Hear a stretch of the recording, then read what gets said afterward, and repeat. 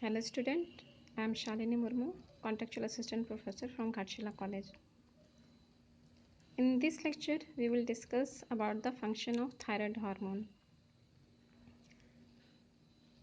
As I told you earlier that thyroid hormones are T3 and T4, that is triiodothyronine and thyroxine or tetraiodothyronine. So they are very important hormones, and these hormones regulate the basal metabolic rate, nutrient metabolism, and they also affect the production of ATP. They also contribute to protein synthesis and the growth and development of body tissues, and they are also very important for the development of nervous system. And the thyroid hormones are having a complex interrelationship with the reproductive hormones as well. So they also affect the sexual development. So let's see one by one how they affect. So the normal effect of thyroid hormones, if we see in the formative years, that is in the early childhood, the hormone influences the tissue differentiation, growth and development of organs. They are also important for brain, as I said. And after 15 years or in adulthood, they are more concerned with the general metabolism, consumption of oxygen, generation of energy, growth of body and repair that take place in the body. So if the level of thyroid hormones become low or become high, then it adversely affect the function of body. So let's see first the effect of hyposecretion. Hypo means less. So in case of hyposecretion, it is also called as hypothyroidism, and during formative years the symptoms may include low basal metabolic rate, as it is associated with the maintaining of basal metabolic rate. If there are less thyroid hormone, it will lead to the low metabolic rate. Then the body growth will be slow, and the body temperature is also low in case of hypothyroidism, because thyroid hormones also maintain the normal body temperature. And as I said that they are important for the development of nervous system, so if there are less thyroxine or less thyroid hormones, it can lead to mental retardation. And in infants, the hypothyroidism cause a condition that is called cretinism.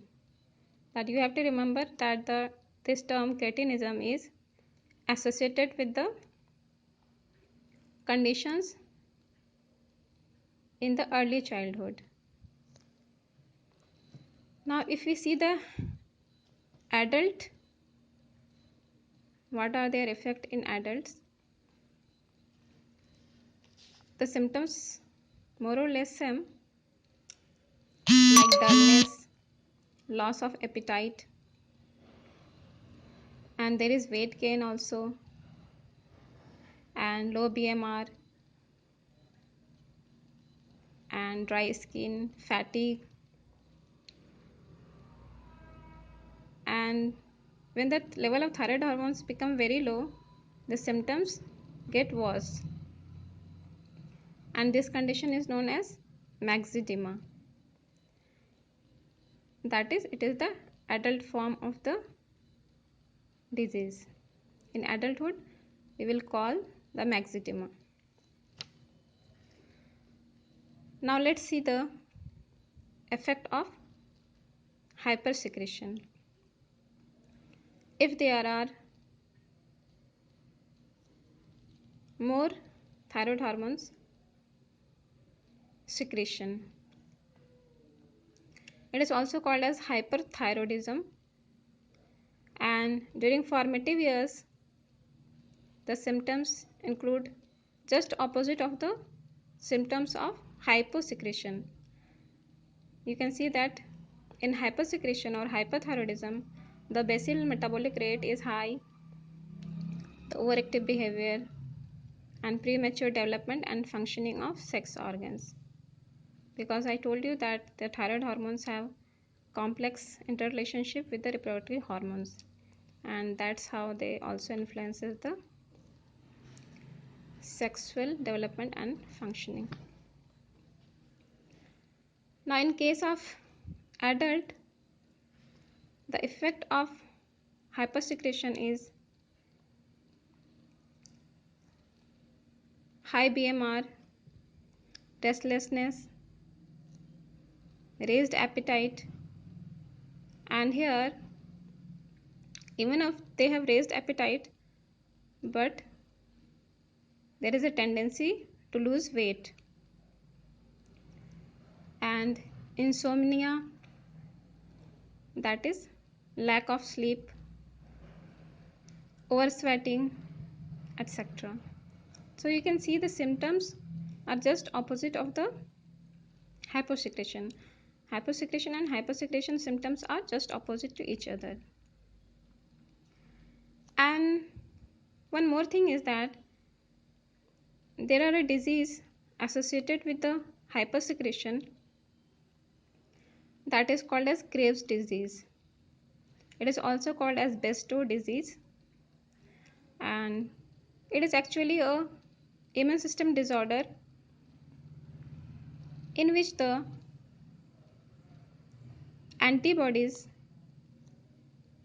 stimulate the thyroid follicular cells to overproduce the thyroid hormones. And along with the symptoms, there is one important symptoms that is associated with the Graves' disease, that is called as exophthalmos. And what is exophthalmos? It is actually a bulging of eyes because of the swelling of the eye, and the tissues around the eyes become inflated, and because of the inflammation of the tissues around the eyes, they causes the bulging of eyes. So it is associated with the hypothyroidism.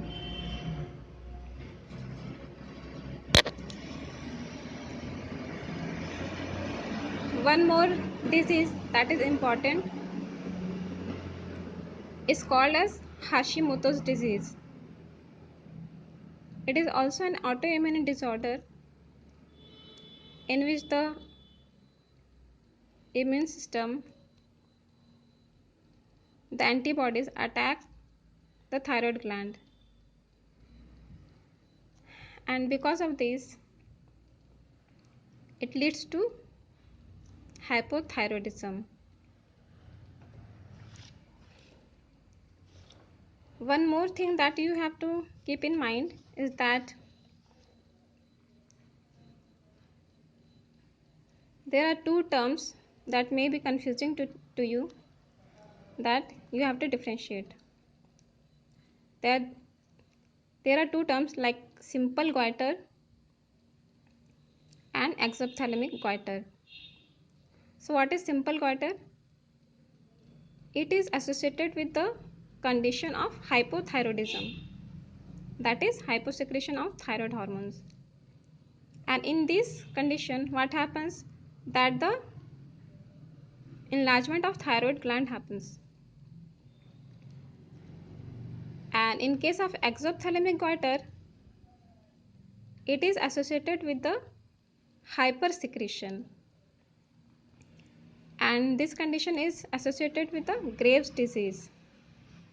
In this condition, the enlargement of thyroid gland also take place, but there is not much enlargement as compared to the enlargement in case of simple goiter. So that you have to remember. There are one more hormones that is secreted by the thyroid gland that we have to mention, that is calcitonin hormone. As I said earlier, the calcitonin hormones are secreted by the parafollicular cells present between the follicles of the thyroid gland. So what it does, its function is to lower the blood calcium level. Whenever the blood calcium level rises above the normal level, it tries to lower the level of calcium in blood. So it can increase the absorption of the calcium by the bones, or it can reduce the absorption of calcium by the intestine, or it can do this